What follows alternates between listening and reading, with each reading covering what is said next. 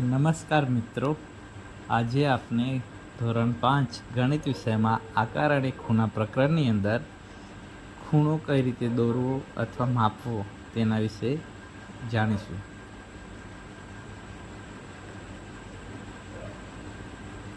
સૌપ્રથમ ખૂણો એટલે શું તે જોઈએ. તો જ્યારે કોઈ બે કિરણોનું ઉદ્ભવ બિંદુ એટલે કે શિરોબિંદુ સમાન હોય ત્યારે બંને કિરણોના શિરોબિંદુ આગળ ખૂણાની રચના થાય છે. એટલે કે હવે ઉદાહરણ દ્વારા સમજીએ. દાખલા તરીકે કોઈ એક બિંદુ એ છે અને બીજું કોઈ એક બિંદુ બી છે. તો બિંદુ એમાંથી કિરણ બી દોરીએ બિંદુ બી સુધી તો કિરણ એ બી બનશે. એ જ રીતે ત્રીજું કોઈ એક બિંદુ સી હોય તો બિંદુ એમાંથી કિરણ એસી દોરીશું. તો આમ અહીંયા બે કિરણો દોર્યા અને બંનેનું ઉદ્ભવ બિંદુ એ છે, તેથી બિંદુ એ આગળ ખૂણાની રચના થાય છે. તે જ રીતે બીજું ઉદાહરણ જોઈએ. દાખલા તરીકે અહીંયા બિંદુ પી આપેલું છે અને બીજું એક બિંદુ ક્યુ છે. તો અહીંયા બિંદુ પીમાંથી ક્યુ સુધી કિરણ પી ક્યુ દોર્યું. તેવી રીતે ત્રીજું કોઈ એક બિંદુ આર હોય તો અહીંયા ફરીથી બિંદુ પીમાંથી આર સુધી કિરણ પી આર દોરીએ. તો અહીંયા બે કિરણો છે, પી ક્યુ અને પી આર. તેથી અહીંયા પી એ બંને કિરણોનું ઉદ્ભવ બિંદુ છે, તેથી પી આગળ અહીંયા ખૂણાની રચના થાય છે. હવે ખૂણાને માપવા કયા સાધનની જરૂર પડે? ખૂણાને માપવા કોણ માપકની જરૂર પડે છે. કોણ માપક તો બધાએ જોઈ જશે. આ રહે તેનો ફોટો. ચાલો હવે આપણે ખૂણો માપતા શીખીએ. ઉદાહરણ તરીકે અહીંયા એક ખૂણો દોરેલો છે, ખૂણો સી એ બી. તો આ ખૂણાને આપણે કઈ રીતે માપશું? તો સૌપ્રથમ એક કોણ માપક લેવું પડશે, કારણ કે ખૂણો માપવા માટે કોણ માપક જોઈએ. તો આપણે લઈ લીધું. હવે કોણ માપકની અંદર જીરોવાળી લાઈન, અહીંયા જીરોવાળી લાઈન દેખાય છે તે જોવાની.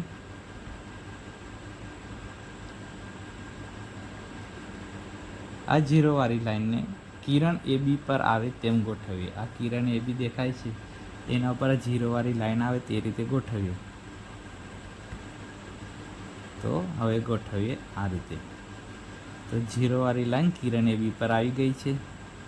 બીજા નંબરમાં હવે કોણ માપકની 90વાળી લાઈન, 90 અંશવાળી લાઈન આ રહી 90 અંશવાળી લાઈન. તો આ લાઈનને આપણે બિંદુ એ ઉપર આવે તેમ ગોઠવીએ. અહીંયા બિંદુ એ આગળ ખૂણો બને છે એટલા માટે એ આગળ. એટલે આપણે આગળ શીખ્યું કે જે બિંદુ આગળ ખૂણાની રચના થતી હોય તે બિંદુ આગળ આપણા 90વાળી લાઈન લાવવાની.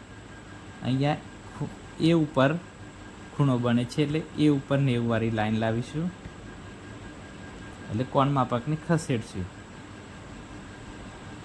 પણ આ 90વાળી લાઈન એ ઉપર લાવીએ ત્યારે આપણે એટલું ધ્યાન રાખવાનું કે આ જીરોવાળી લાઈન રી એ કિરણ એ બી પર હતી તે સીધી એમ જ રહેવી જોઈએ, એ હલવી જોઈએ નહીં.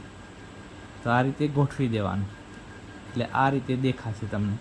હવે આ રીતે ગોઠવાયા બાદ કોણ માપકની અંદર આપણે અંશ જોવા પડશે કે કેટલા અંશનો ખૂણો છે તે ચેક કરવું પડશે. આ માટે આપણે કોણ માપકની અંદર 0 લખેલું છે તે જોવાનું.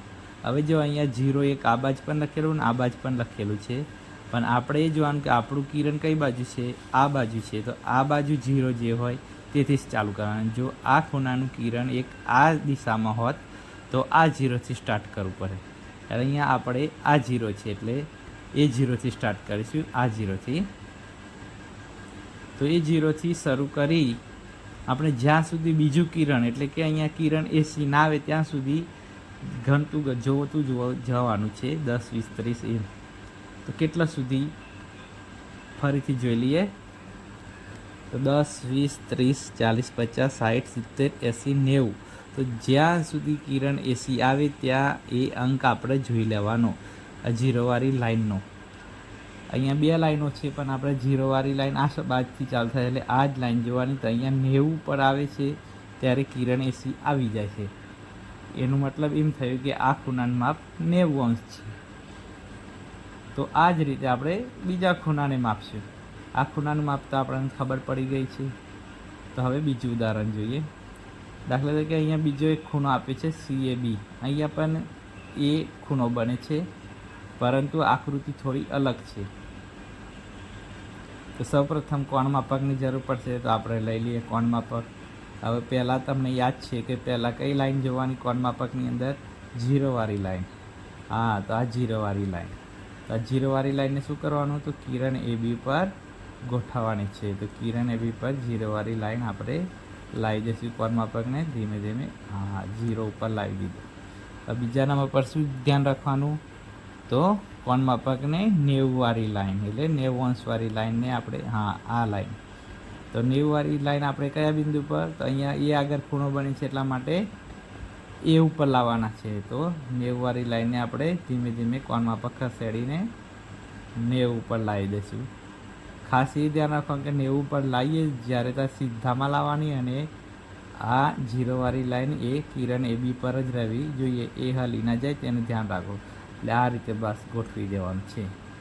હવે આટલું ગોઠવાઈ જાય એટલે આપણે ખબર છે કે હવે અહીંયા AB વાળું કિરણ આ સાઈડ છે, એટલે આ બાજુ 0 વાળી લાઈન આપણે જોવાની છે. તો 0 અહીંયા રહ્યું. આ 0થી આપણે સ્ટાર્ટ કરવાનું 10, 20, 30 એમ કિરણ એસી ના આવે ત્યાં સુધી આપણે જવાનું છે. 10, 20, 30 એસી કિરણ આવે એટલે જુઓ કે કયો અંક છે. ફરીથી જોઈ લઈએ. ચલો 10, 20, 30, 40, 50, 60, 70, 80, 90, 100, 110 અને 120 ઉપર આવીને ઊભું રહ્યું.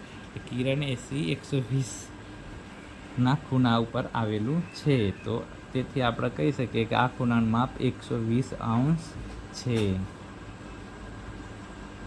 તો આભાર મિત્રો. વિડીયો ગમ્યો હોય તો લાઈક અને શેર કરજો.